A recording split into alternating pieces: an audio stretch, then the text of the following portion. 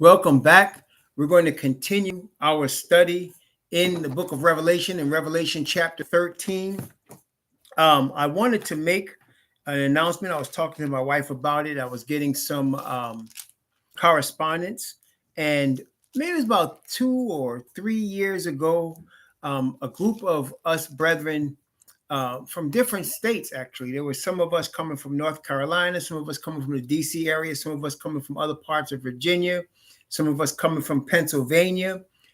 We got together in West Virginia. We rented a big Airbnb house, and we spent a Memorial Day weekend together. This was, I think it was 2 or 3 years ago. I can't remember what exactly, but we had a beautiful fellowship. It strengthened our faith. And we ended up, being blessed by that weekend. So what I would propose, and I want you to email me, please, and make the email subject matter Memorial Day weekend 2023. Okay? And you're going to email me about this at our email address, rawhebrewremnant12@gmail. And it's also, you can see it on the website. You can see it. I'll put it in the description box. I usually put my email address in the description box. So you will see the email address. When you see the email address, if you're interested in becoming part of that get together, we're planning a get together, a Memorial Day weekend 2023. Not this year, next year. Okay. It takes time to arrange these things. Memorial Day weekend 2023. Okay. So we're going to plan a get together with brothers and sisters that are interested in fellowshipping that weekend. This is the Memorial Day weekend 2023, a year from now. Okay. Yes, it's Raw Hebrew Remnant 12, sister. Raw Hebrew Remnant 12@gmail. Raw Hebrew Remnant 12@gmail. Okay. So in 2023, if you want to come together with us, then we'll planning it now. So this is how I just want to put that out there for you to pray about it and see if the Most High's will have us get together. But I want to say it this way. I could be blackballed by then. I could be arrested by then. I could be dead by then.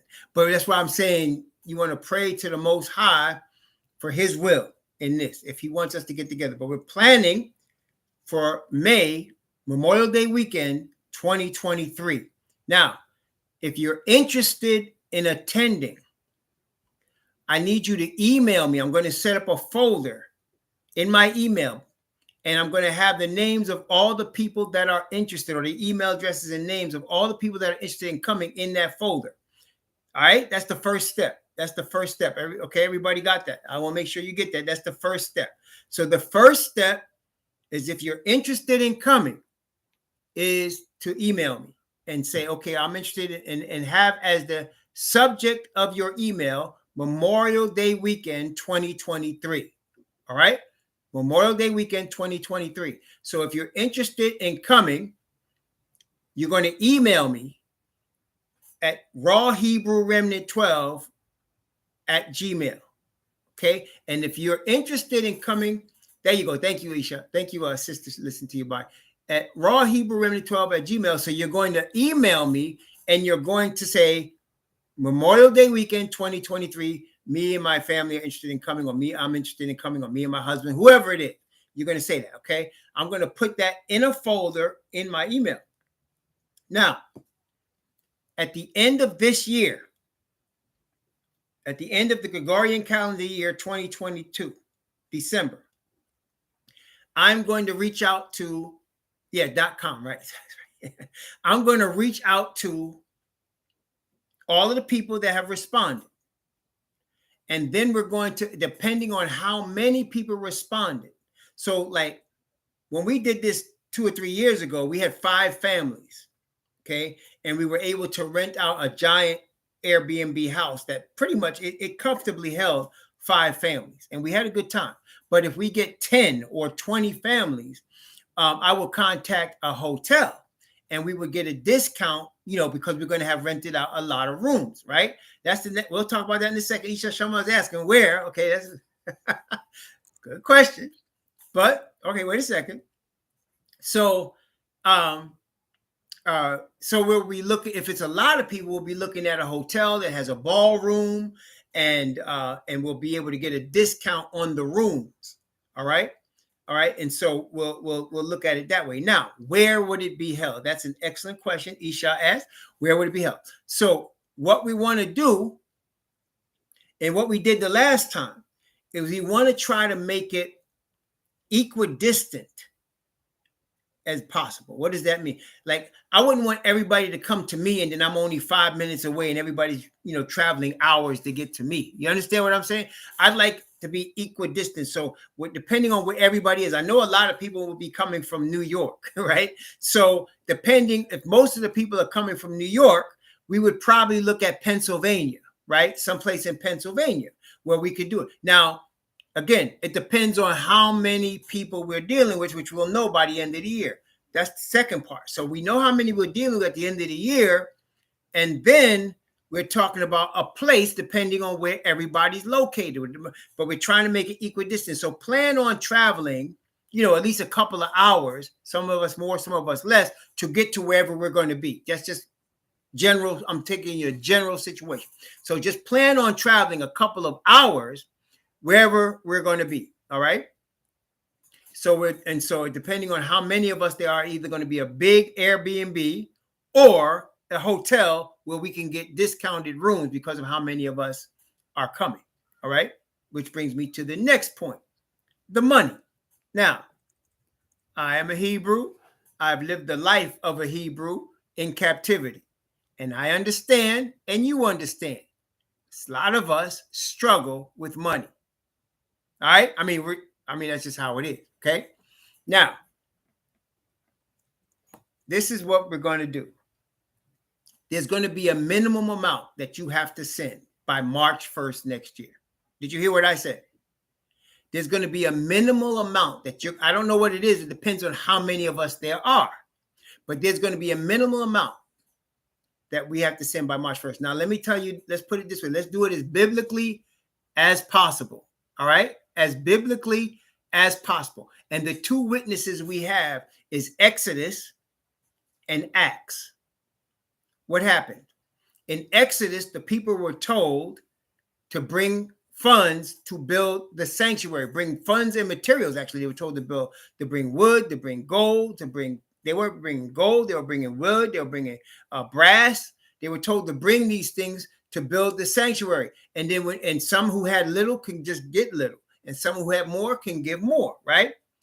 And then in Acts, the brethren that were convicted would sell a land or sell something and put the money at the apostles' feet, and the apostle would distribute it according to the needs of the people. Okay, so what does that mean with us? I'm going to give you an example.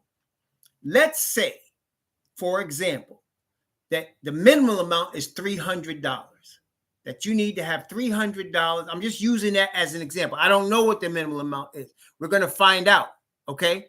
But let's say the minimum amount is $300. Okay. Now, some of the Hebrews are going to struggle to get the $300. Okay. Some of us are going to be able to give $600 because we are just blessed like that. We're able to give a little more. If you're able to give a little more than the minimum, do so, because then that will help somebody that can't afford to be able to afford. Does that make sense to y'all? Y'all following that? So in other words, whatever the minimum amount is, you got to give that. But some of us, we're going to struggle. Some of us going to struggle with transportation costs. Some of us going to struggle with any cost that's over what you got to give for that, right? So we're going to figure out, we're going to know how much it's going to cost and how many people, how many families. We're going to buy families. So if you're just a single person, you're one family. If you're a family with 10 children, you're one family, right? So we're going to go by the families and say, okay, how many families do we have? And then we're going to divide it up and say, okay, this is how much everybody as a family needs to come up with at a minimum. All right. And then we'll figure out after that, okay, this is the minimum everybody needs to send. Some people can send $100 more, $50 more, $25 more, and some people can't. They're going to struggle to come up with the minimum. Okay, we understand that. But then there's going to be those that can send a little more, and we'll take the extra and help the people that are struggling come. Does that make sense, everybody? Okay. Okay. So we're going to help the people that are struggling come more, the more we can. All right. Because I know how y'all Hebrews are. Y'all promise things. You mean well when you promise, but so y'all just y'all coming up short. Okay. And I understand I'm the same as y'all. Okay. So we know, but we got a whole year. That's why we're doing it next year, not this year, next year. So we're talking about next year, 2023. So you got a whole year to plan. You got tax return money that might be coming. You got plans. You can make plans. You see what I'm saying? Okay. So now you'll know. And then by the end of the year, I will have an idea of how many families we're talking about and what we need to do in terms of facility. It might be a hotel. It might be a house. We're going to see. Okay. If it's a hotel, we should be able to get a discount based on how many of us are coming to the venue. Okay. All right. So you'll need that deposit though by March the 1st, because I'm not going to wait till the last minute to get y'all understand? So if we're looking at Memorial Day weekend, we have to plan that we got to pay for it a couple of months in advance. Okay. Couple months in advance. So all right. So let's review again. Let's go over the whole thing.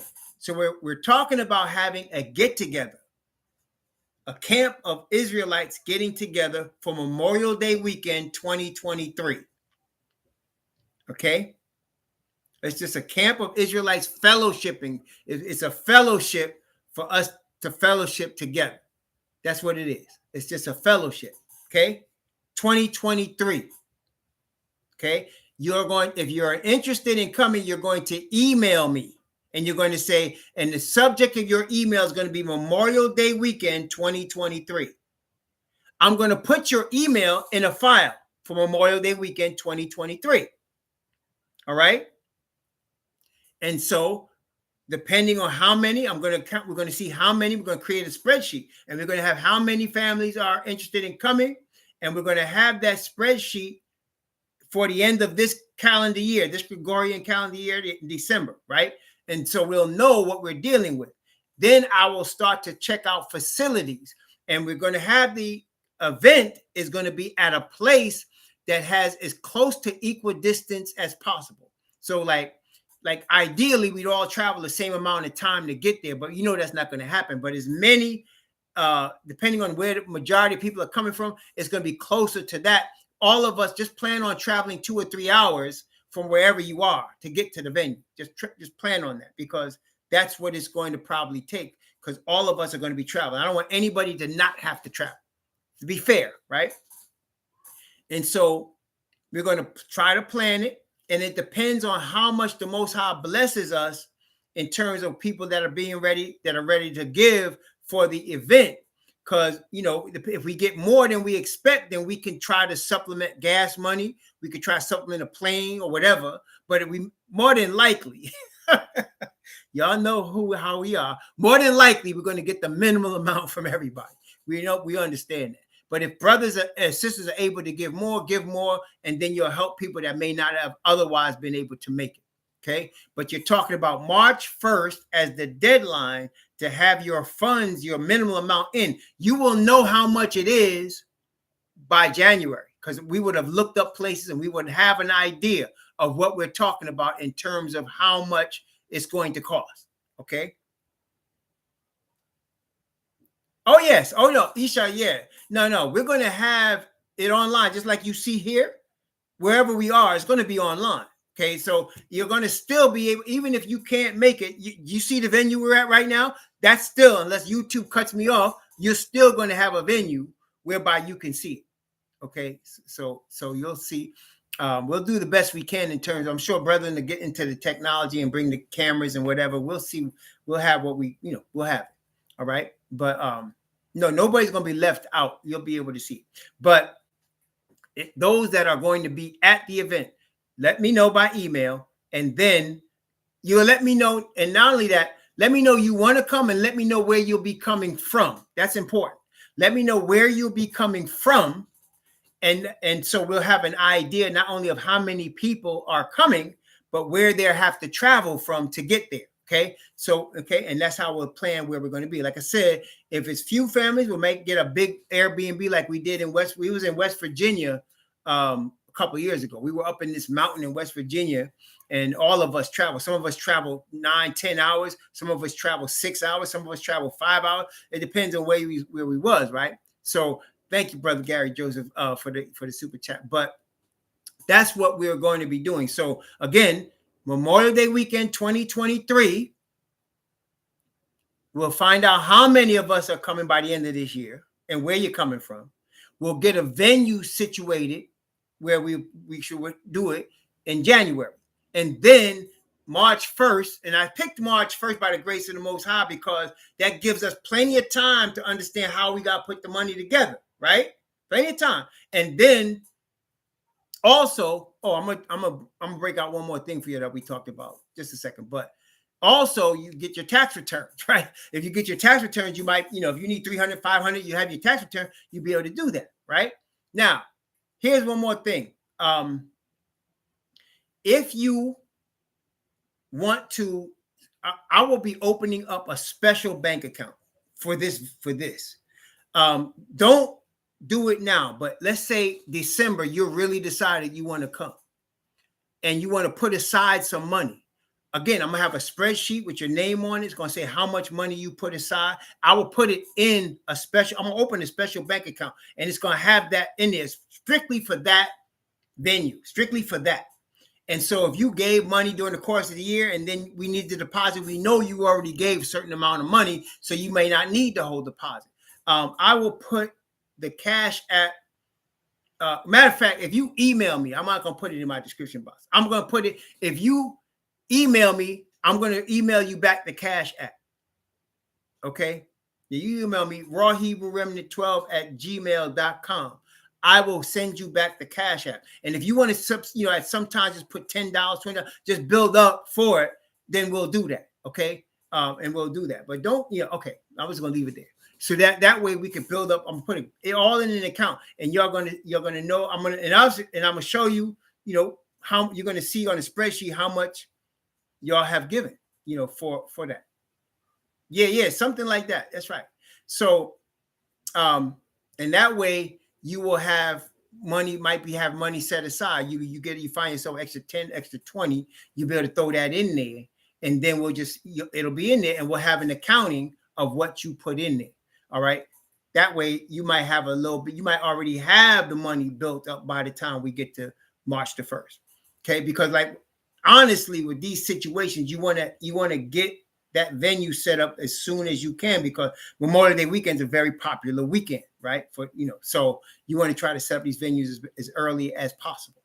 Like the last time we did it, we did it by March 1st. We set it up in February, and then by March 1st, and then I let everybody know, all the families know, this is where we're doing it. And everybody agreed, yeah, that sounds like a good spot. And then, we paid for it after March 1st.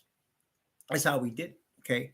And so, praise the Most High. So again, end of the year, we'll find out how many.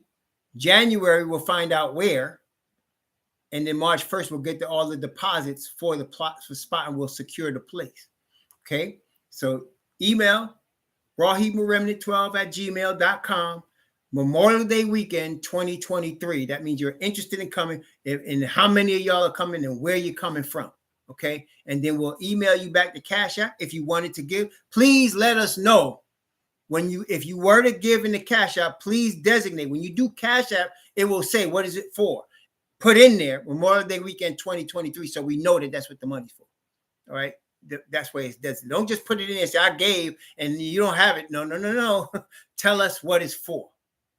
All right, because people give for ministry, people do different things. Tell me what the money's for, and it will be set aside for that purpose.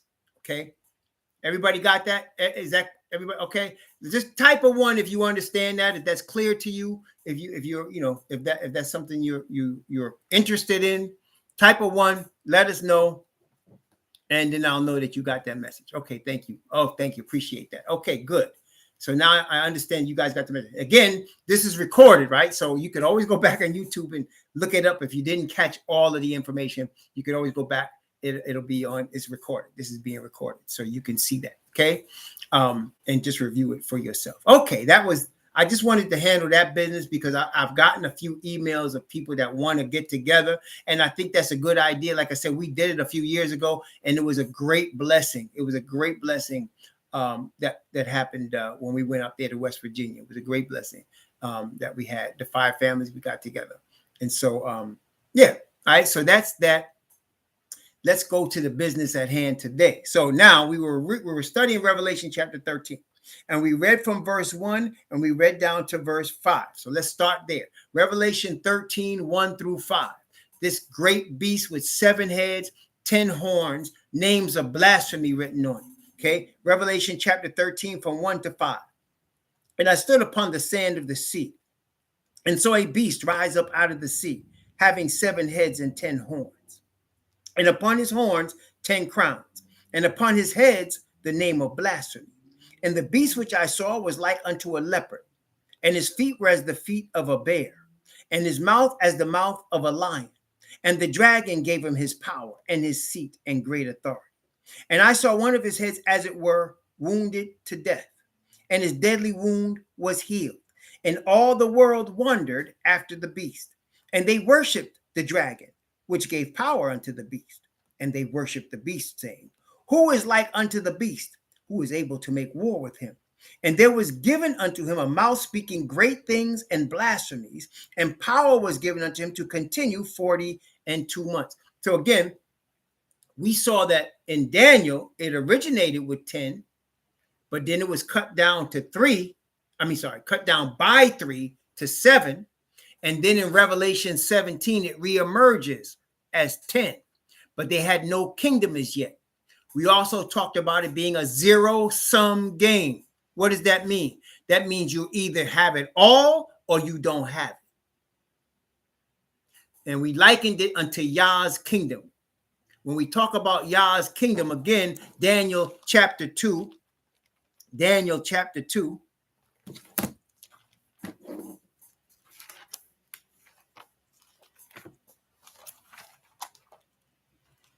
Daniel chapter 2. It's a zero-sum game. Daniel chapter 2.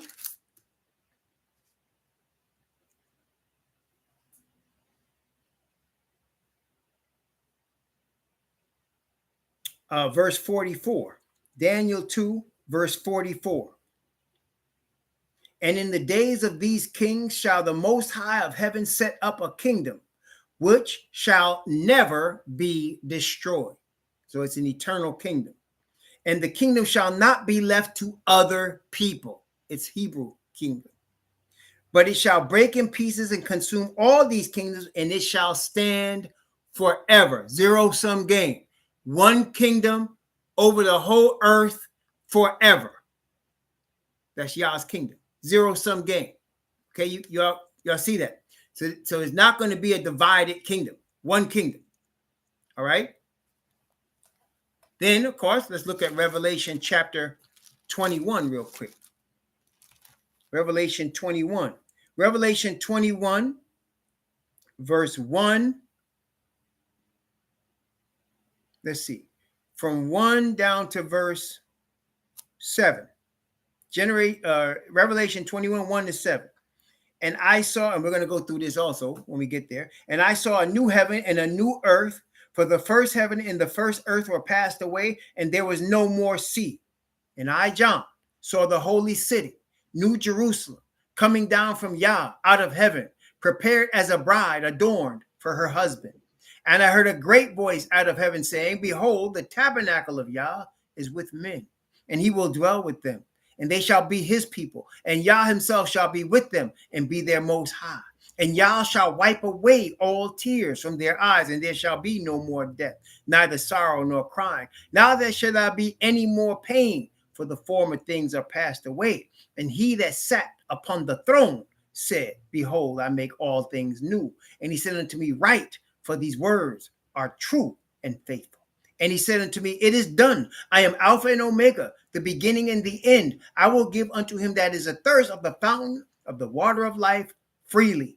He that overcometh shall inherit all things. And I will be his most high, and he shall be my son. So it's a zero-sum game. Y'all got that? So it's no middle. Either you got it all or you don't. Satan needs to get it all. He has opposition right now, right? We understand. We talked about the opposition to his world system. Opposition is in China. Opposition is in Iran. Opposition is in Russia and Cuba, right? He had opposition in Venezuela. And you know what? Look what happened to Venezuela. The president suddenly got cancer and died. Hugo Chavez, right? The country's in shambles right now. And you know what's going to be the outcome, right? They're going to subdue that. They're going to take it over and they're going to manage it. Okay? That's going to happen in every country. Okay? Now, we saw in Babylon in Daniel 3, Nebuchadnezzar, the head of gold, right? He's the head of gold. He's the lion. And he had the whole country. He had the whole world, all the nations, 120 different provinces came. And he called them to worship his image. His image. And they all worshiped his image, no matter what country they came from, except 3 people. And the 3 people would not worship his image because they had their own God. All the world had other gods too, but on pain of death, they decided to worship his God to save their life. But not the 3 Hebrews. They only had one God, Yah. And the covenant with him said, thou shalt have no other gods before me. Thou shalt not worship any image, any likeness of anything, whether it's in heaven or on the earth. Nothing. Just Yah himself. And so they stood firm, right? Y'all read Daniel 3, and they were thrown in a fiery furnace, and they were delivered by the Messiah. Father sent his son to deliver the 3 servants. Okay? All right? Same thing we're dealing with here. So Satan must get complete control of the entire planet, and he will. In every area, economically, religiously, politically, he will get control of all. And he's using the United States as his front people, right? We're going to see that as we continue our study here. So through the United States, Rome will control and subdue the entire planet into its own system, its own image. Okay? You will have opposition from one group of people. Just one.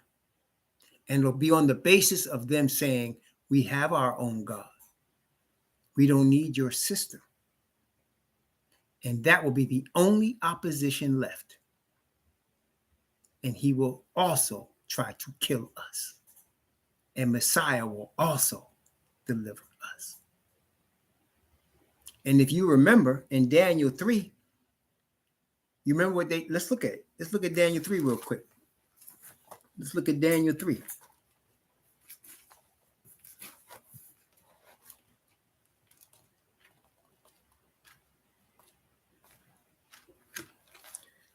So let's get to the part where they refused to bow and Nebuchadnezzar is questioning them, right? And notice their answer. Daniel chapter 3. Let's start at verse 12. Daniel 3, verse 12. There are certain Jews whom thou hast set over the affairs of the province of Babylon. So these 3 were promoted in the Babylonian. They worked for the government. Wait. Did you catch that? They worked for the Babylonian government. They were employees of the government. These 3 Hebrews. Okay? There are certain Jews whom thou hast set over the affairs of the province of Babylon, Shadrach, Meshach, and Abednego. These men, O king, have not regarded thee. They serve not thy gods, nor worship the golden image which thou hast set up. Then Nebuchadnezzar, in his rage and fury, commanded to bring Shadrach, Meshach, and Abednego. Then they brought these men before the king. Nebuchadnezzar spake and said unto them, is it true, O Shadrach, Meshach, and Abednego. Do not ye serve my gods, nor worship the golden image which I have set up? Now, if ye be ready, that at what time you hear the sound of the cornet, flute, harp, sackbut, psaltery, dulcimer, and all kinds of music, ye fall down and worship the image which I have made, well. But if ye worship not, ye shall be cast the same hour into the midst of a burning fiery furnace. And who is that God that shall deliver you out of my hands? Notice the arrogance. Notice the power that you're seeing here. What does he say? First of all, you want to dance to the music. Did you catch that? I'm going to play the music and you're going to dance to it as I told you to. Isn't that the way the world works now? In a metaphorical sense. They play the music and the people dance to the music. The people dance the way they want them to dance to the music. In other words, whatever reaction they want to elicit, they create the atmosphere to elicit that reaction. He created an atmosphere of music. And he said, when you hear the music, you do what I say. Everybody else did. Okay. And he said, if you don't do what I said, I'm going to kill you. And there's no God that can deliver you out of my hand. What is he really saying? I'm the God. I'm the God. There you have what? Man as God. Do you see it? Man as God. Whose doctrine is that? That say you can be gods? You seeing that? Okay. Are you seeing that? Now, wait a minute. Goes further. They're going to tell us. When I say they, I mean the leaders of the system that we're in. Are you following me now? The leaders of the system that we're in think they're gods. And they got that from Asatan, their father.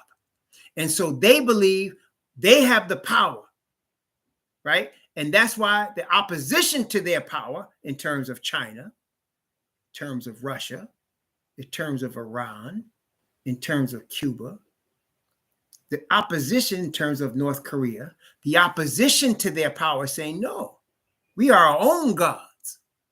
Isn't that right? We are our own gods. So the arrogance and power of the dominant power here is going to overcome them. But the Hebrews only going to have their faith in their gods, not money, not guns, not armies. We're going to have our faith in our God.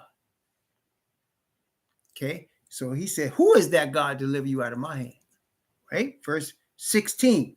Shadrach, Meshach, and Abednego answered and said to the king, watch their answer. O Nebuchadnezzar, we are not careful to answer thee in this matter. In other words, we don't have to think about it. There's nothing to even consider here. We don't need any time to make up our mind. Play your music if you want to, but we're not bound. And notice the next part of the answer. If it be so, our Most High, whom we serve, is able to deliver us from the burning fiery furnace, and he will deliver us out of thy hand, O king. And then verse 18, but if not, be it known unto thee, O king, that we will not serve thy gods, nor worship the golden image which thou hast set up. So in other words, we don't have to think about this. We don't need any time. We're not worshiping your God. We serve our own God, and he has power over you and over your system, and he could deliver us from you. But if he chooses not to, we're still not worshiping. Now that's some faith right there. Okay, that's some faith right there. You see that? So in other words, we don't need 30 days or 20 hours or 24 hours or a date in the future for you to make us decide. We decide now. No. You catching it? No. And no, we don't even think about it. And our God is able to deliver us from your hand. And if he chooses not to, we just die then. That's what they were saying. Okay, that's what they were saying. Somebody asked where Daniel was. The Bible doesn't say, but you have to assume Nebuchadnezzar had a deep respect for Daniel, not to even put him in that position, because Daniel would embarrass him, right? Because he lit incense to Daniel. he considered Daniel, the spirit of the holy gods is in Daniel, so he wasn't gonna mess with Daniel, but everybody else. Daniel was probably an exception, but in this scenario where we're at today, there ain't no exceptions. It's a zero-sum game. You understand? There's a zero-sum game. So now we see in the history, and go back to Revelation 13, you're seeing the history. So now it was built up. It had a deadly wound. It overcame the deadly wound. And now all the world is following it. Okay? It was given a mouth to speak blasphemies. Notice, I want to show you something. Mark chapter 2. Mark chapter 2. Or is it? No, Mark chapter 4. Mark chapter 4, I think it is. No, it is 2. I was right the first time. Okay, watch this. Mark chapter 2. Watch the definition of blasphemy being shown in Mark chapter 2.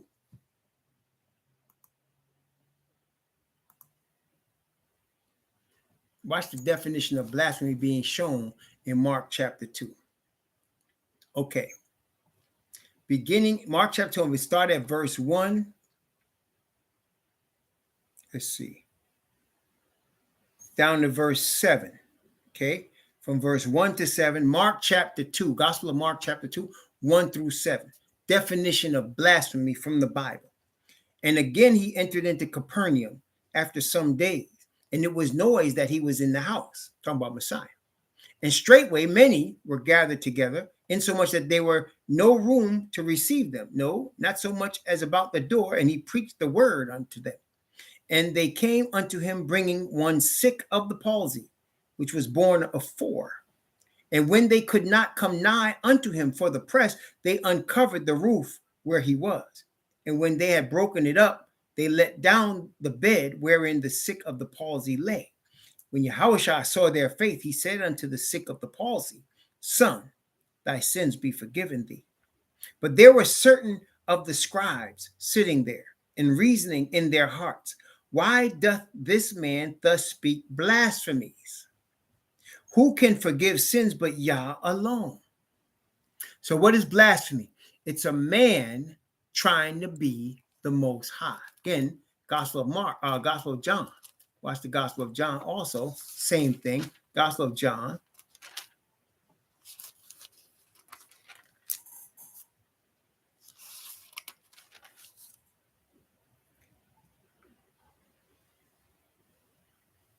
Let's see.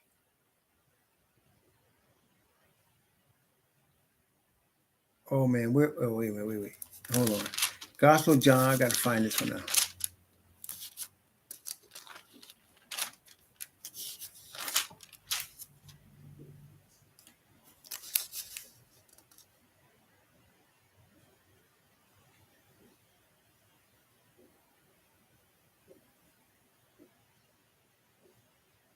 Oh man, it's the one where I'm looking for. Wait a minute, I'm looking for the one where they said we're not trying to stone you for blasphemy because you're a man and you're making yourself the Most High.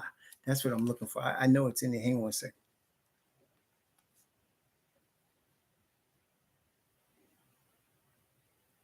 Oh goodness, I gotta find that one.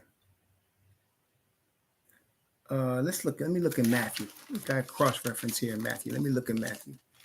Matthew chapter 15. Look at Matthew.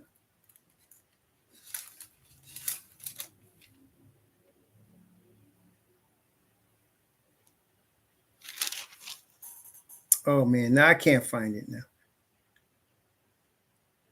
I thought it was in John. I'm pretty sure it's in John. I just can't find it right now. But they said you being a man trying to make yourself into the Most High. And that's why they were going to stone him. He said, many good things I've shown you of my Father. For which of them are you going to stone me? He said, for a good work, we stone you not. But you trying to be a man, you're a man making yourself into the Most High. And that's why they were going to kill him. They did it in John chapter 8. but it was not John chapter 8 that I'm dealing with here. But the meaning of blasphemy is man trying to be the most high. Yeah. The meaning of blasphemy is man trying to be the most high. And so that's what I was trying to find in the second part there. But anyway, you saw in Mark chapter 2, I want to get that second witness though. You saw in Mark chapter 2. Where is that?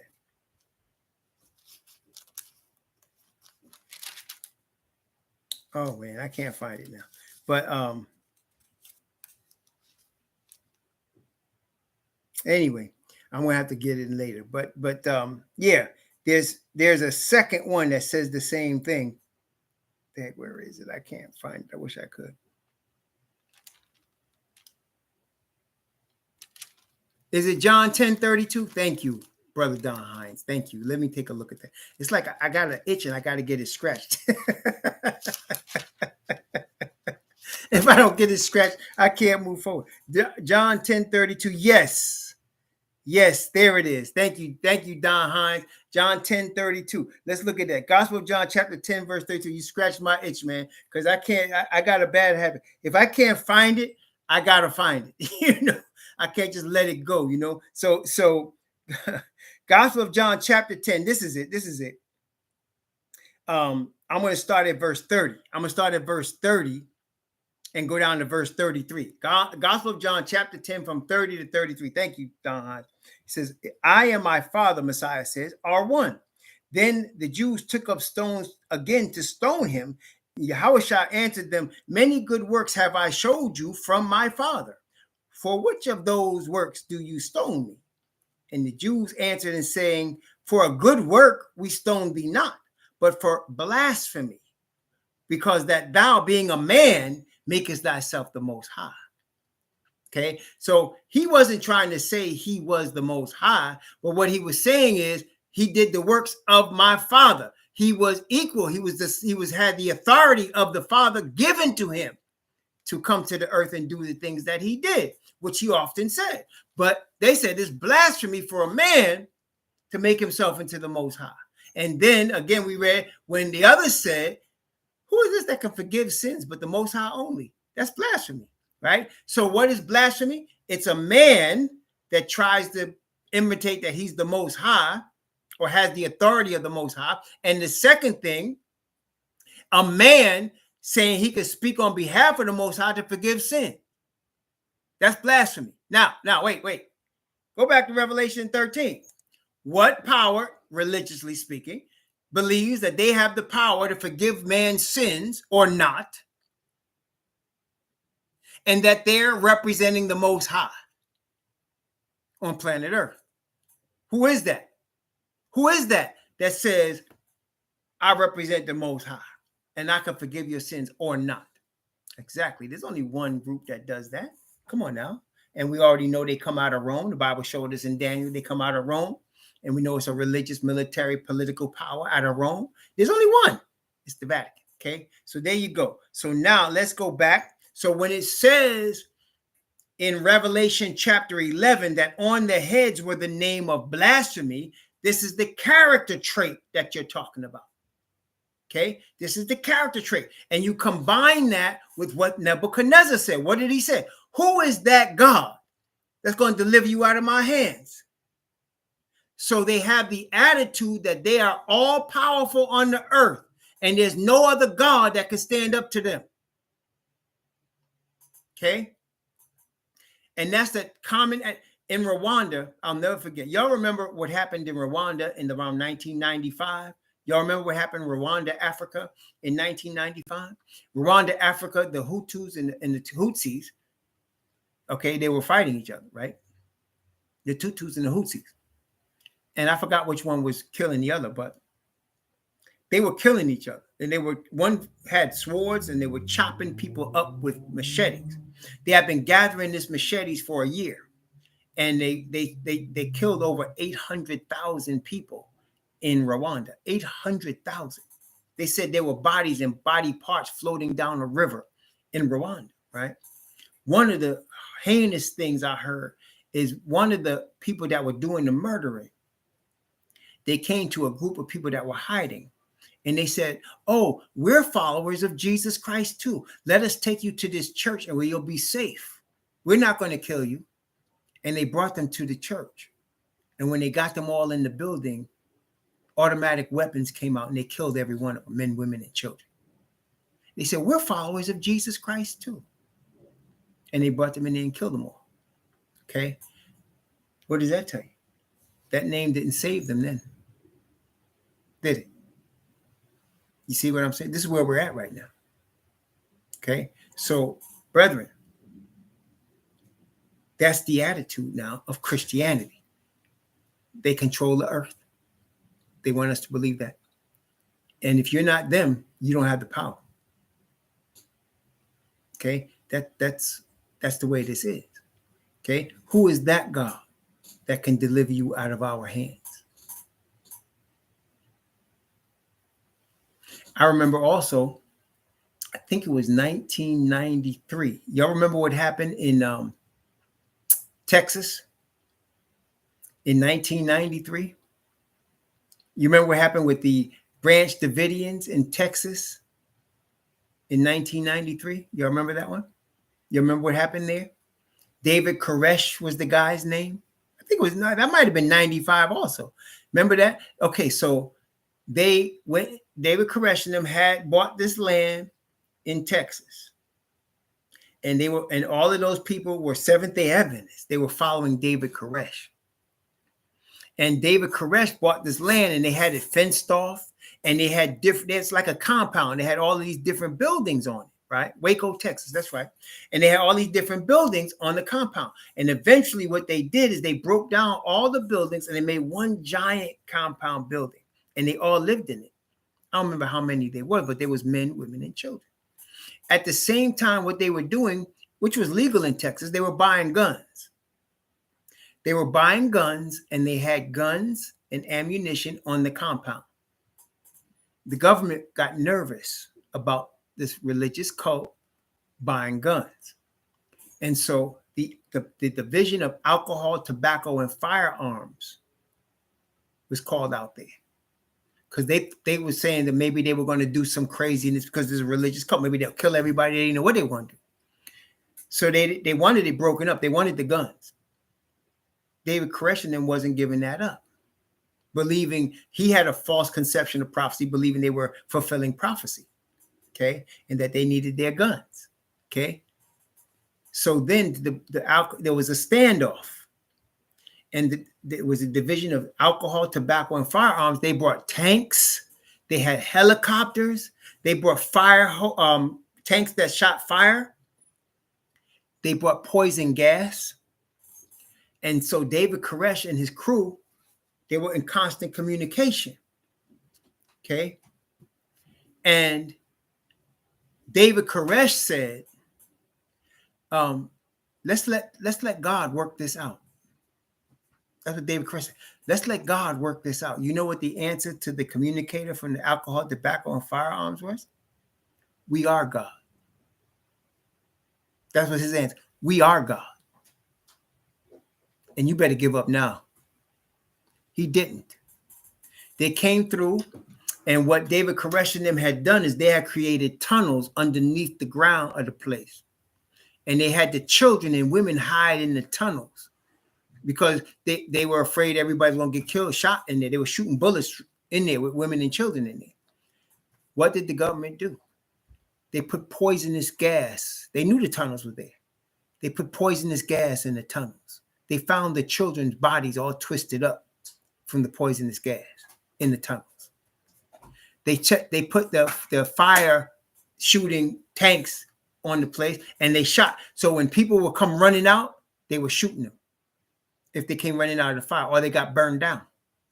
Okay. One guy got out and he was trying to climb the fence that they had built to get out, and they shot him up on the fence and his body was there on the fence. And they let that body sit there for days while the birds ate it. And then when they finally moved it, what they did is they got a helicopter with a hook on it and they moved the body that way. That's how they did it. Okay. And the key thing was this, that government official said, we are God. David Koresh and them, prophecy was against them, and people were following David Koresh. That wasn't even his real name. I can't remember what his real name was. I know he's from the Washington state of Washington, but they were all Seventh-day Adventists, and they were following him. So why is the problem here, brethren? Number one, they're following a man-made religion. By following a man-made religion, you are automatically under Satan's authority. Do you understand what I just said? You follow a man-made religion, you're not under the Most High's authority. You're under Satan's authority. Remember, he's the accuser of the brethren. So when you're under his authority, the Most High can't do nothing for you because you're choosing to be on his ground. So they were in a man-made religion in the SDA church, number one. Number two, they following a man, David Koresh. Number three, they think they can fight the U.S. government with guns. Y'all seen that recently? Okay. And what was the government response? We are God. And they rolled through. When you don't have the protection of the Most High, it don't matter what your weapons are. You done. When they come rolling down the street with tanks and guns, you don't have the protection of the Most High. You can forget it. I don't care how many guns. See, it's a difference if you're Emmett Till's uncle and them boys come rolling up on your property in the middle of the night with sheets on, talking about bring that little nigga out here. Well, now that's different. You know, if I got gats, you're gonna feel some lead. You're gonna feel some lead. But that's they had the hunting guns. That was the small town, right? And they were protecting their little nephew, which they didn't. They let him go out there, and you see what happened to him. But in the government situation, University of Mississippi with James Meredith, 1961, 62. Y'all remember that? Maybe y'all don't, but y'all might be able to see it. But University of Mississippi, the civil rights movement, which was under the control of the government, was saying this man's going to enroll in University of Mississippi. And the white people said, no, he's not. And they brought him there. And the governor, Ross Barnett was his name. He was the governor of Mississippi. He called Kennedy and he said, man, you put me in a bad position, because Ross Barnett knew that if Kennedy decided to bring troops down there, there was nothing they could do. And Ross Barnett was coming to people saying, this is our heritage and blah, blah, blah, blah, blah, blah. And meanwhile, Kennedy sent the troops. And they rolled on the University of Mississippi. And that brother was put in school. Okay? And a lot of people died because the U.S. government believes it's God. And unless you are serving Yah, they are. That's why Nebuchadnezzar's words ring true. Who is that God that shall deliver you out of my hand? You better make sure yours is real. And your relationship and your connection with him is solid, because your life depends on it. Okay? Your life depends on it. See, we could talk about what the Bible says and we can see it all happening, but it's way different when it's happening to you. It's way different, brethren. And we will need Father Yah. And that's why right now, as we are speaking, Father Yah is preparing all of us. He's using little situations with our jobs, with our houses, with our money situations. He's using little situations to teach us little by little to trust him. And all of y'all who are trusting in the Most High Yah have and will have a testimony. You're going to have a testimony. You're going to be able to bear witness of what he's done for you. And you ain't got to make stuff up. He's going to bring you into a situation where he brings you in and you know only he could have delivered you. And some of y'all already have it. You know what I'm talking about. And he brings you into a situation where it looks bad. And when he delivers you, you know it was him. Otherwise, you wouldn't either be dead or be finished, messed up. You understand? And why he's doing that is so that when this time comes, when they do bring guns, when they do bring tanks, when they do bring devices, such as things that fly without a person, Can't think of the name right now, but you know what I'm talking about. Drones. When they do bring drones on you, you're trusting the Most High. You're trusting the Most High. You don't worry about the drones. You don't worry about the guns. You don't worry about the tanks. You don't even need guns.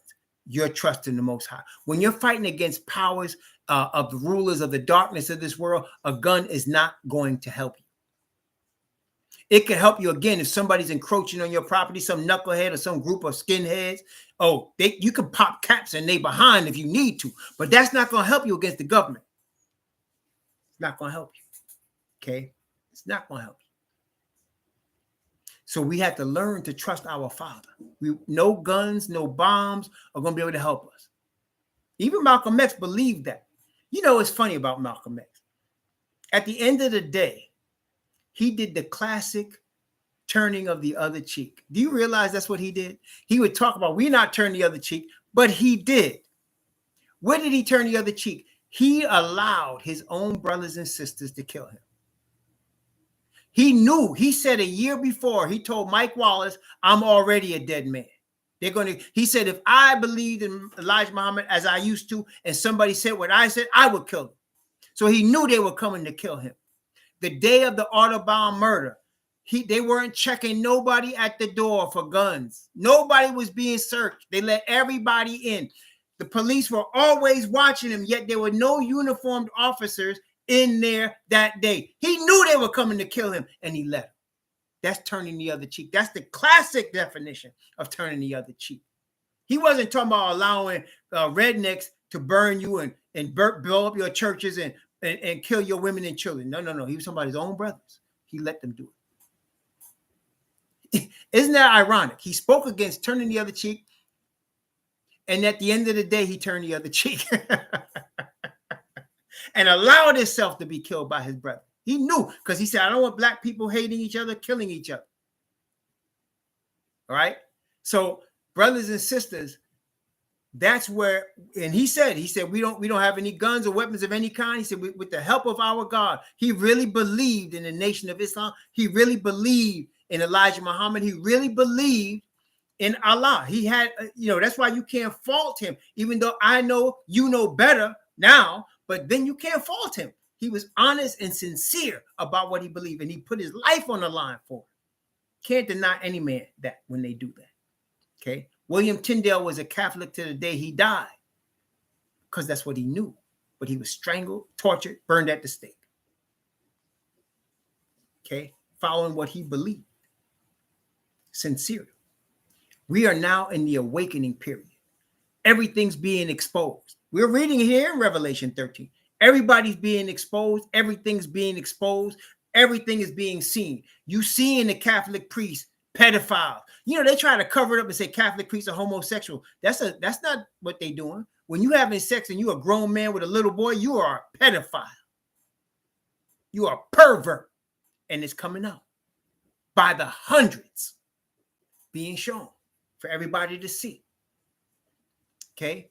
You're seeing these Christian pastors do the same thing, following homosexuality behind the scenes, having sex with all the congregants behind the scenes, taking the money, getting private planes, doing all of that. You're seeing it. It's not something that I'm telling you that you haven't seen. You're seeing it. Okay? You're seeing it. And unfortunately, as a side note, I want to tell you, there's Hebrew Israelites trying to do the same thing. Whenever you see them set up these camps, be careful. What camp you in? What's the name of your camp? That's like asking, what's the name of your church? What's the name of your gang? Same thing. You understand, brothers and sisters? But you're seeing what system we're in right now. Everything is being exposed. And it's exposed by the Spirit of the Father and by his word. Everything being exposed. And so now people don't have the excuse to say, I'm ignorant, I don't know. Now, in this day and age, everybody's being shown. Now, there's older people, and y'all have them, people that's been stuck in that religion. I know a sister very dear to me. She spent 30 years in the Baptist church. Then she joined the SDA church, and she's been in there for more than 30 years, all her life. And you can't tell her nothing. It's not gonna come in there. Okay, that's where they are. People like that, the Bible talks about in Revelation 14. We'll get there. Okay, but now you're seeing the system we're in, and the system says it is God. The Catholic Church and the United States it controls. They believe they're God. Okay, they'll give you Christianity to control the masses. That's how they do it. They control the masses with it. They're a little bit more afraid of Islam because Islam will fight and kill. So they're putting clamps on Islam. Why do you think they're out there fighting all these so-called boogeymen, in all these different places? They're making sure that they're under subjection. They remember the Ottoman Empire. The Ashkenazis, they ain't gonna get no fight from them because they're concerned with the money. As long as they controlling that, do what you want. Okay. So the system is in place. The only thing stopping it is the 144,000. Okay. Now, Revelation 13. And you know what? Let me just say this. You might belong to the camp, but you need to understand what you're in. Okay. In Israel, a camp was the nation in the wilderness in tents. That's what the camp was. It's not the structure they're calling a church, but now they changed the name to camp. A 501c3 corporation that they really are. All of these camps, ABCD, whatever one you choose, they're 501c3 corporations, just like Christian churches.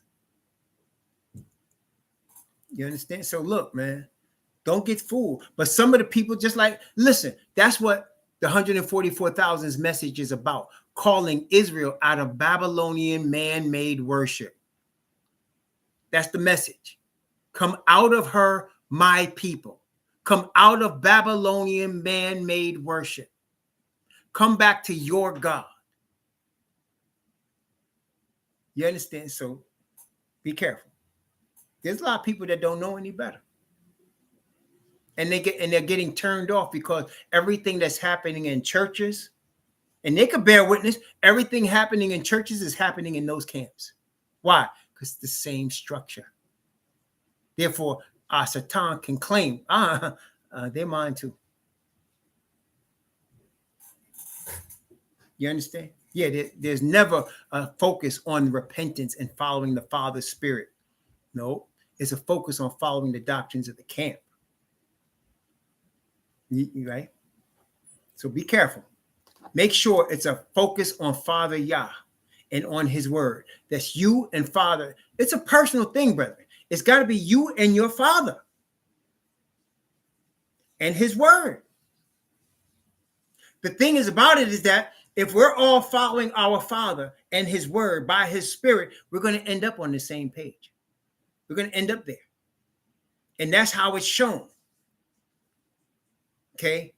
We'll have, like what Peter called it, like precious faith. And we won't be having to demand everybody follow this. It'll be something that happens organically as we are following our Father. And we're following his word. It'll happen organically. You understand? That's why we don't need to argue with nobody. And you will know the spirit. When it's a spirit of a person that wants to take over and wants to run you, you already know what the spirit is.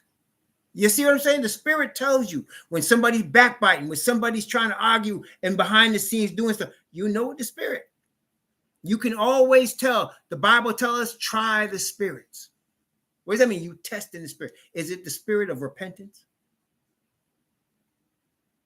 Is it a spirit of obedience to Father? For the glory of the Father alone and his word alone? Or are there other entities involved? You can always know. The spirit will always give itself away, brethren. All you have to do is know the true one. The false one will always give itself away 100% of the time. And sometimes, like, I see some of these camps, and I said, man, if them brothers were not doing this camp thing, man, I'd be like, man, why are they doing it? Why don't they just come in Father to Father? And they got to wear these uniforms, and everybody's got to buy the uniforms. And I'd be like, Dad. But you see, it hurts, but at the same time, you know why it is. It's man glorifying man. That's why a lot of them say give a double honor to the elders of such and such. It's such crap, man. Honor to the Father, Yah. Honor to the Father alone. Riches, glory, honor, blessing to Father Yah and to the Lamb. That's what the Bible says. Praise the Most High. Okay? Be careful of these government agents posing as Israelites. There's a lot of innocent Israelites in there that's getting caught up, so they don't all know what's going on. All right? There's only 12, right? There's only 12 apostles, people making themselves into apostles. Anyway, Revelation 13. So we stopped at verse 5. Let's continue at verse 6. Revelation 13. Let's go from verse 6 down to verse 10. Revelation chapter 13, 6 through 10. And he opened his mouth in blasphemy against Yah, to blaspheme his name and his tabernacle and them that dwell in heaven. And it was given unto him to make war with the saints and to overcome them. And power was given him over all kindreds and tongues and nations. And all that dwell upon the earth shall worship him, whose names are not written in the book of life of the Lamb slain from the foundation of the world. If any man have an ear, let him hear. He that leadeth into captivity shall go into captivity. He that killeth with the sword must be killed with the sword. Here is the patience and faith of the saints. So the saints do not lead anybody into captivity. The saints do not kill with the sword. The saints do not worship the beast or his image or his system. We don't worship that. That's the saints. So you take away the system, you take away the captivity, you take away the killing, and you have the saints. Because if you're in this system and you're worshiping in this system, now what's included in the system of worship? Well, we know the three big so-called Abrahamic religions, which are Christianity, Islam, and Judaism. Those are the three so-called Abrahamic religions that are part of the system. But then you can have an atheist. An atheist can be part of the system. Atheists are accepted. I remember once I studied Holocaust literature when I was in Baruch College in New York. I studied Holocaust literature for a semester. And I remember as part of the literature, as part of the work, I would study different, I would do look at different documentaries on Ashkenazis. And I remember there was one rabbi, he said, there are many atheists that comes to his temple, to his synagogue. And he said, they're atheists that are good Jews. He said that. Okay. He said, there are many atheists that are good Jews. So you could be an atheist and be part of the same system. Okay. The only way you're not part of the system is when you are actively looking for Father Yah of the Hebrews and his word alone. It's very simple, brethren. People make it complicated. It's his word alone and Father Yah alone as the God. Messiah is Father's representative. You don't really need to be worshiping Messiah. Messiah can get worship, but he's getting it on behalf of his Father. He'll tell you himself, my Father's greater than I. He sits down at the right hand of the Father, but the worship is to the Father. Father honors his Son. And we honor the Son by accepting him as Messiah, Father's appointed means by which we get atonement. Without him, we don't get any atonement. Yeah, okay, it's not complicated. People try to make it complicated with a Trinity or with another book or some from book we haven't found before. Listen, brothers and sisters, there's no new books need to be found. Father brought this one down through the ages just so. They took the Apocrypha out in the 19th century for a reason. It was Catholic. It's not hiding anything from us. I've read it. It's not hiding nothing from us in there. And it's often at odds with this book when you read the whole thing. Okay? So, look, it's very simple. Father Yah and his word. It's not complicated. You, Father Yah and his word. That's the deal right there. It's y'all three. You get together with your Father. You read his word. You pray to him through Messiah because Messiah allows you to get to your Father. Without Messiah, you cannot get to the Father. That's the importance of Messiah. You cannot get to the Father without him. You cannot even talk to the Father. He don't even want to hear from you unless you come through his Son. But it's him you're getting to. And it depends on how important is it for you to get to your Father. How important to you is it? See, that's what he's showing. So he said, he made war with the saints and overcame them. Now we understand. Why was he allowed to overcome us? We're the saints. Why was he allowed to overcome us? Because of the sins of our fathers. Because our fathers worshipped other gods. Therefore, our Satan has a calling on us. He says, they worship the gods I created. Therefore, I control them. And he's right. But when we are awakened to the truth and we come to our Father, Satan cannot make that assumption anymore. That's where the Most High says, Yahweh rebuke thee. Is not this a brand chosen from the fire? Your protection is following Yah and his word alone. When you have that, Yah is now on your side. And there's no accusation. No matter what your past sins are, no matter what your weaknesses are, he can't say nothing to you. He'll try. He permitted to try. He permitted to bring all kinds of thoughts to your mind. He permitted to attack you. He will. But Father wants you to learn to trust him alone, and he will cause you to overcome at the last, all the time. There'll be many battles. Every day is a battle, brothers and sisters. And some battles you'll lose, but you will win the war. That's the end result, isn't it? You will win the war. And you're going to get your share of wins in the battlefield too. For real, for real. You're going to get your share of wins on the battlefield. There are going to be some you lose. Like last night, I kind of lost that little battle. I let that fool get to me, and I started letting him get my attention, right?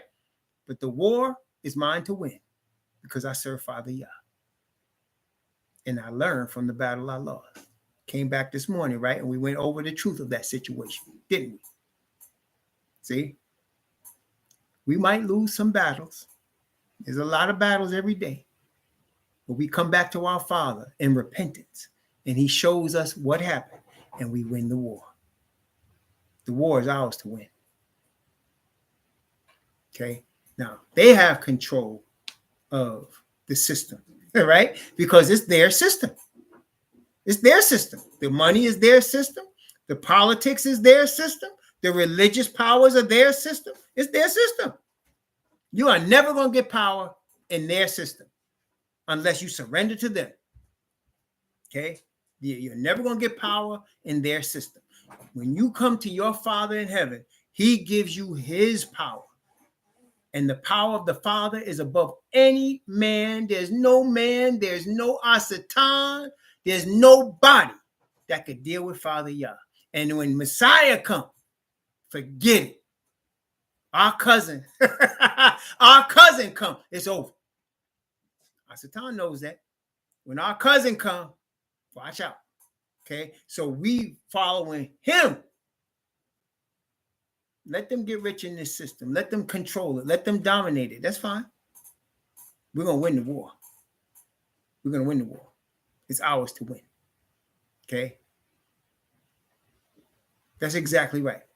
You're not beating them with their weapons. That's their weapons. Our weapons are not carnal. They're spiritual, to the pulling down of strongholds. When the children of Israel took Jericho, did they knock down them walls with their own hammers and swords and stuff? You remember when they took Jericho? How them walls come down? All they did was shout, and the walls came down. It wasn't their voices that knocked the walls down. It was unseen, invisible powers of Yah brought that wall down, brought it down. Okay, see, did Noah fight all of the powers that was against him before the flood? Before the flood came, did he save himself?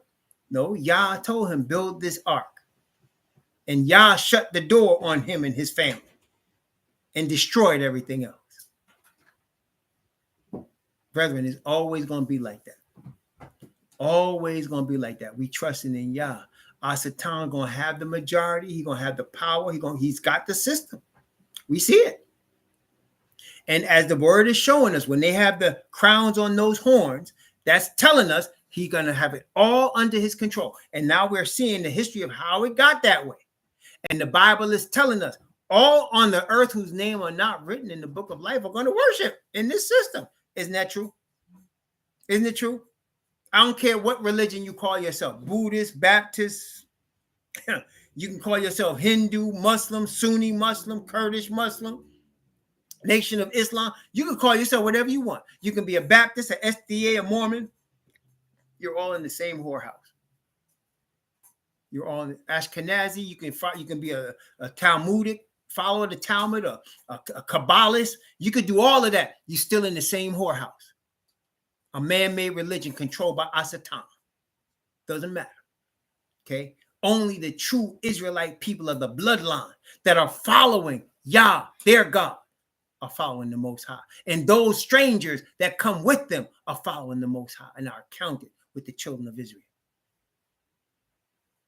Bible tells you all through Bible, but see, the Christianity has brainwashed the people. You understand? Judaism has brainwashed the people. Islam has brainwashed the people. But when you see this one book, and it's like, it's not as thick. I mean, it's 66 divisions of this book, right? But you really, if you could read it through in a year, it's not, there's books that's much thicker than that, right? Much more involved. In fact, I think the Quran is way bigger than the Bible. But the Most High has skimmed it down, boiled it down for us in these 66 chapters. It's for man to learn his creator. Okay, he has an answer to man-made religion. It's the 144,000. Praise the Most High. Moses didn't make up the sacrifices. Moses didn't make up the sanctuary service. That was given to him. Joshua didn't have his name Joshua by his parents. His name was Hawashai. And the Most High had Moses, Yahweh. That's where you get Joshua from. Yahweh. Hosea is Hawashai. Hosea, same name, Hawashai. That's what they called Joshua before he went to the promised land. But Moses changed his name to Yahweh. The Most High called Abraham. He said, Abraham, I'm going to give you a son. You're going to name him Isaac. Isaac, I'm going to give you a son. Isaac said, okay, his name is Jacob because he came out behind his brother holding the hill. And the Most High said, okay, I'm changing his name to right with the Most High, Yasha'ah, Israel. And I'm going to bless his children as a nation. See, it's all not of us, is of Yah. We're going to win this battle, brethren. It's going to look bad. We're not going to have weapons of war and tanks and bombs and things to protect us. The Most High is teaching us right now. In the midst of this system, he'll provide for us. He'll protect us. As we learn that as individuals, we will come together at the end, and all of us on the same page by the Spirit of the Father. Okay, I'm going to stop this one here at verse 10. So we understand that part. Next part is going to show the strong arm of the United States that is representing the beast. But now we understand who the beast is, and we understand why he is, and we understand what he's doing, and we understand why it's a man-made religion of all man-made religions. Okay? And all that dwell upon the earth shall worship him, whose names are not written in the book of life of the Lamb slain from the foundation of the earth. It's a remnant that keep the commandments of Yah and the testimony of Messiah. It's a remnant that obey that spirit of the Father's perfect righteousness. It's a remnant. Okay, it's right. We have a king that's coming. We have a father. And our king, I love this part though. Our king is our cousin. Our king, he's our cousin. They came to David and they said, David, you're bone of our bone, you're flesh of our flesh. After Saul died, they said, you're bone of our bone and flesh. You be our king. You our brother. You our cousin. And David became king. Messiah. David was a sign of Messiah. Messiah is our cousin. Our bloodline cousin. Praise the Most High. That's right. And you know how we are and the Hebrews are when it comes to our cousins. You know how we are when it comes to our cousins. Our cousins like brothers. Isn't that right? Our cousins like brothers. Right? And it's no coincidence. What do we call each other? You say, man, they just hung up this brother. Man, they just put their hands on this sister. Right? Don't we say that? We just, man, who was it? It was a brother. But you know, when you awaken, you don't even say that no more. My wife and I catch ourselves, we say, it was a Hebrew. Right? We say, yo, my mama said, you know who one of my coworkers is? It's this Hebrew. Oh, really? I said, yo, you know who one of my supervisors? It's a Hebrew. And we know exactly what we talk about. Hebrew sister, Hebrew brother. They may not even know they're Hebrew, but we know they're Hebrew. So we always a Hebrew. We used to just say it was a brother. You know, we still kind of say it, but you know, that's not accidental. That's by the Spirit. We understand who we are. That was a brother. No, that was a white man. Remember we say that, right? Who is it, man? It was a white man. It was this white woman. Well, now my wife and I will say like this: if it's an Indian background, like I say Indian, like the Hispanic, so-called Latins that are in these countries like Mexico, we'll say Northern tribe. Who was it? It was Northern tribe. That's telling us it's Spanish. We say Northern tribe, right? If it's somebody that dark, we say, oh, that was a Hebrew. It was Hebrew. Or no, this was Northern tribe. Or if it's a Caucasian, we say, oh, it's one of the children of Yefet. It says child, one of the children of Yefet, a Yefetic white, a Yefetic woman, Yefetic man. Right? Or a brew, right? So when we see it, it's like now we learn from the Most High, we look at it different. We don't see, when we was in Mexico, we say, oh man, this is heavy in the northern tribes. That's how you see it. We see it differently now. It's not like we used to see it before. They're not Latino or Hispanic. They're either northern tribes, they're from Judah, because you got Judah in there too, or they're children of Yefet. And they'll let you know by their attitude, by how they look at you, they'll let you know who they are. You ain't got to guess, they'll let you know. Either they're children of Yefet or they're sellout to the children of Yefet, right? Right? You got them too. Or you got the Hebrew, that's the sellout. Or you got the Hebrew, that's the awakened one. You got the northern tribes who don't even know who they are most of the time, right? They don't know who they are. A lot of them are Catholic. They don't even know who they are. They're the northern tribes. Okay? But that's how we look at it now. But we used to naturally say brother, it's a brother or a sister. Oh, what happened? Man, they beat up this brother. Cops beat this brother up. Who committed the crime? This white dude, man. But they arrested the brother because right? That's how we used to do it, right? Grew up like that, but it was natural because in our community, cousins are sacred. Cousins are like brothers and sisters. You know, cousins are like brothers and sisters to us. So to understand that Messiah is your cousin, you understand? That's big time, man. That's big time. Okay, he's not white Jesus. He's not from Japhet.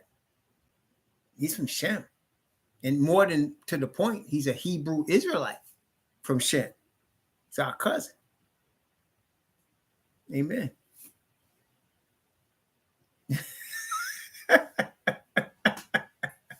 Try not to be disrespectful. You know why? Because we got children of Yefet that's coming to this truth and that's being, you know.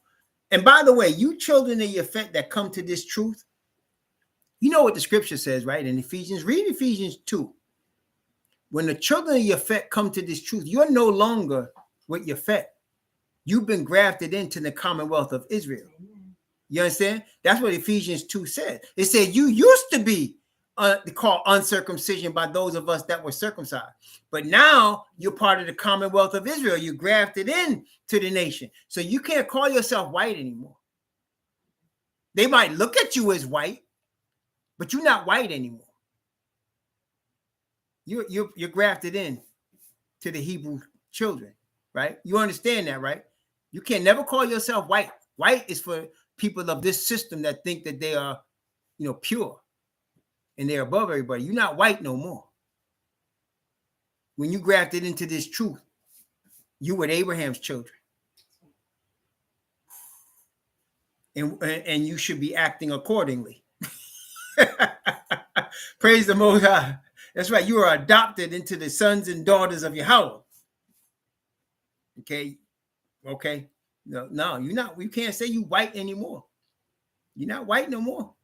They might look at you as white, but you're not white. They could treat you as white, right? No, you're part of the Hebrew. Look, let's look at it.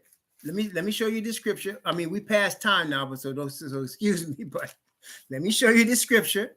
Let's look at the scripture now. I don't make stuff up now. I mean, I'm not saying I can't learn. I'm not saying I haven't made mistakes, but I will tell you there's some things I know, and this is one of those.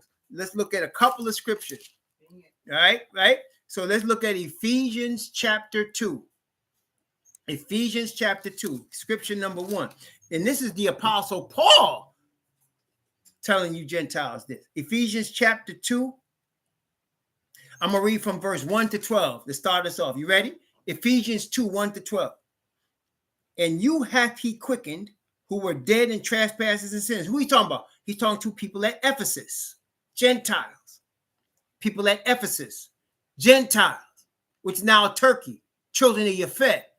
Are you ready? Wherein in time past you walked according to the course of this world, according to the prince of the power of the air, the spirit that now worketh in the children of disobedience. That used to be you before, okay?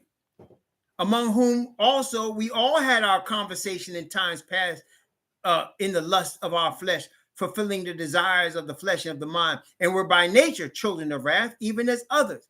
But Yah, who is rich in mercy, for his great love wherewith he loved us, even when we were dead in sins, hath quickened us together with Messiah. Now you have to understand, when he's saying Messiah, it was understood that he was a Hebrew Messiah. Today they try to tell you he's a Christian white Jesus, but you understand he's a Hebrew Messiah, and so did the Gentiles at that time. Okay, and hath raised us up together and made us sit in heavenly places in Messiah, YHWH, that in the ages to come he might show the exceeding riches of his grace and his kindness toward us through Messiah, YHWH. For by grace are ye saved through faith, and that not of yourselves. It is the gift of Yah, not of works, lest any man should boast. For we are his workmanship, Father's Yah workmanship, created in Messiah, YHWH, unto good works, which Yah has before ordained that we should walk in them. Remember that, watch, ye, that is you Gentiles, being in time past. What did it say? In time past. What were you in time past? Gentiles in the flesh, who are called uncircumcision, by that which is called circumcision in the flesh made by hands. Now, you're not the bloodline, but you're Gentiles in the flesh, and that's what people were labeling you as. Why? Notice verse 12.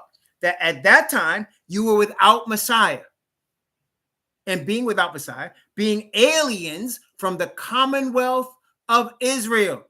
So when you're without the Hebrew Messiah, what are you? Aliens from the commonwealth of Israel. You're Gentiles in the flesh when you're without Messiah. You got that? Okay. And strangers from the covenants of promise. They didn't apply to you. Having no hope and without Yah in the world. But now, Messiah, YHWH, who were sometimes afar off, are made nigh by the blood of Messiah. That's why we understand who Messiah is. A Hebrew man, the tribe of Judah. He brings you close to Israel, right?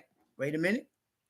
Let's go from verse 14 down to verse 19. Especially, wait, let me just skip down to 19. Let's get to it because we got another verse. We got something else to look at. So verse 19. Now, therefore, ye are no more strangers and followers and foreigners. But what? What does it say there? Fellow citizens with the saints. Wait. Citizens with the saints. The saints of the Hebrews. You are now citizens with the Hebrews. You understand? Okay. In the household of Yah. So, right? Verse 20. And are built upon the foundation of apostles and prophets, Messiah, YHWH himself being the chief cornerstone. So you're grafted into the saints. Now, in the flesh, yes, you are Gentile by flesh. But in the spirit and in the adoption, you are a Hebrew. You're no longer a white man or a white woman. You're not anymore. You cannot call you, unless you want to denounce who you are. You call yourself a white man if you want to denounce who you are. But if you want to admit who you are, you're a Hebrew, grafted in Hebrew of the nation, the scattered nation. Wait a minute. Galatians chapter 3. Galatians chapter 3. Verse 26 to 29. Galatians chapter 3, 26 to 29. For ye are all children of Yah by faith in Messiah YHWH. For as many of you have been baptized, listen to me now, you Gentile. Many have been baptized into Messiah, have put on Messiah. That's the robe. There is neither Jew nor Greek. There is neither bond nor free. There is neither male or female. You're all one in Messiah YHWH. That doesn't mean they don't exist anymore. It means to Father, we're all saved through the same Messiah. We're all delivered from sin by the same Messiah, no matter who you are, right? Wait, and if you be Messiahs, then you are Abraham's seed and heirs according to the promise. You are counted among the seed and receive the covenants of promise that were given only to Israel. Okay, only to Israel. That's you who received the Hebrew Messiah, baptized in the Hebrew Messiah. You cannot call yourself by what this world calls you to call yourself anymore. If you call yourself a white man, you're still with them. Or a white woman, you're still with them. Okay? You could say like this, Brother Walter, I'm a grafted in Hebrew. Can you say that? Is that hard? I'm a grafted in Hebrew. Is that hard? Is that pretty clear, right? I'm a grafted in Hebrew. I'm Abraham's seed through faith. Does that make sense? I'm Abraham's seed through faith. I'm a grafted in Hebrew. I'm a follower of the God of Abraham, Isaac, and Jacob. I am saved through the blood of the Hebrew Messiah. Is that correct? No. You can't be a grafted in Gentile. Because if you're a Gentile, you're not a Hebrew anymore. You're not grafted in. You got to be part of the Commonwealth of Israel. You're not the bloodline, but by saying you're grafted in, you're explaining that. You're saying I'm a grafted in Hebrew. Because you're no longer Hebrew. You're no longer a white man. You are Hebrew, grafted in. You know? Praise the Most High. The Gentiles that want a part of this thing, they're grafted into the Hebrew stock. Let's flip it. Let's flip it for a second. Those of us that are bloodline Hebrews in America, right? You were brought here as slaves, correct? And what did they tell you? You're an American. You're not, you're an American. Your name is not whatever it was. You're American. Now, you don't get the benefits of being an American, but they make you say you're an American citizen. You're American. Okay? Okay? No, we're not American. We might be American citizens legally in the system, but by the Spirit, not American. We're Hebrews. We come from Israel, the seed of Abraham, Isaac, and Jacob. The Hebrew Messiah is our cousin. And Brother Walter, you're adopted into the family. You're adopted into the family. Okay? You're adopted into the family of the Hebrews. So you're grafted in Hebrew. You're an adopted Hebrew. You're an adopted Hebrew. Grafted in Hebrew, adopted Hebrew. That's right. So now, when you're that way, you cannot call yourself white anymore. Even though everybody will in this society that's brainwashed will look at you and say, you're a white man. Yep, to you, in the flesh, but I have been adopted into the Hebrew family. I have been grafted into the nation through the Hebrew Messiah. You following? Does that make sense, y'all? I just want to make sure. Does that make sense, Brother Walter? Does that make sense, family? Does that make sense, fam? Y'all got it? Isaiah 56. I'm not going to read that one, but Brother Walter, read Isaiah 56. Same thing. Also, again, it doesn't matter if a person recognizes themselves as Hebrew. There are many Hebrews that don't know who they are, whether they northern tribe or whether they of the tribe of Judah, or whether they of the southern kingdom. They don't recognize who they are, right? They don't recognize who they are. But that doesn't make them any less Hebrew. They could be a sellout. and Hebrew. So was Judas, right? Judas did exist. He was a sellout, but he was still Hebrew. Okay, he was still Hebrew. He was just a sellout. And you got a lot of those sellouts today. There's a lot of Hebrew sellouts. And there's Gentiles. But when a Gentile comes to the truth of the Hebrew Messiah and recognizes who the scattered nation is and understand the role of his people with relation to them, and he receives the Hebrew Messiah as his Messiah, and he receives the Hebrew people as his people being grafted in by adoption, the Bible says, then you are an adopted Hebrew. You are a grafted in Hebrew. You are a grafted Hebrew, adopted Hebrew. Okay? You are no longer a white man or a white woman. You should not say that to yourself. Now, if you're in some government, and you got to say, where am I? You can put what you want, but they become part. That's right. Gentiles become part of the family. This ain't, something where we're trying to say all white people are or all black people are. That's not how it works. You can't categorize everybody. People are what they are, right? Hebrews by blood are still Hebrews by blood. That don't mean they have been awakened or that they receive who they are. Part of the Babylonian system is to reject who you are and to blend into the system of Babylon. That's part of the Babylonian system. You're rejecting the Most High and blending into man-made worship. That's Babylon. That's what you're doing. Okay? That's exactly right. Boast not against the root. That's right, DQ. That's exactly right. Boast not against the root. I like that. That's exactly right. Boast not against the root. That's right. So that's the position of the so-called white people when they come to this truth. They don't call themselves white anymore. You're not white anymore. Honestly, what you're doing is you're receiving the Shemitic people by faith. That's what you're doing. You're receiving Shem. You're being adopted into Shem. You're baptized into the Hebrew Messiah, tribe of Judah. Like Uriah the Hittite was. Think of Uriah the Hittite, who was the husband of Bathsheba. He was a faithful soldier in David's army, one of the mightiest men, but he was not a Hebrew by blood. Okay? Praise the Most High. All right, I hope I made that clear enough by the grace of the Most High. Brother Walter, you got that right? I think you got it. Yeah.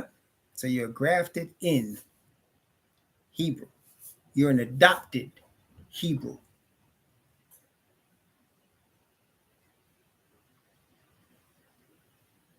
Praise the Most High. I give praise to the Most High, honor to Yah. Praise his name. Brethren, let us keep praying for each other. If you're interested in Memorial Day weekend 2023, get my email address. You know what to do. Okay? We'll be looking to see who's coming, how many we got by the end of this year. If we got a lot, we may need a hotel. Okay? We'll get discounted on the hotel rooms. All right? Praise the Most High. May the Most High bless you and keep you and cause his face to shine upon you and be gracious unto you and lift up his countenance upon you and give you peace. Shalom. Camping, I don't know. Well, if we get the hotel, we'll be just fellowshipping in the hotel. We'll be having one of those halls that they have in the hotel. It'll be designated for us, and we'll fellowship in there. Okay. And if people want to be baptized, they'll probably have a hotel pool. We could do that also, right? But we'll see as we get there. We'll see when we get close. When we got the last fellowship, we did have a baptism there too. So we'll see what happens. Praise the Most High. Shalom.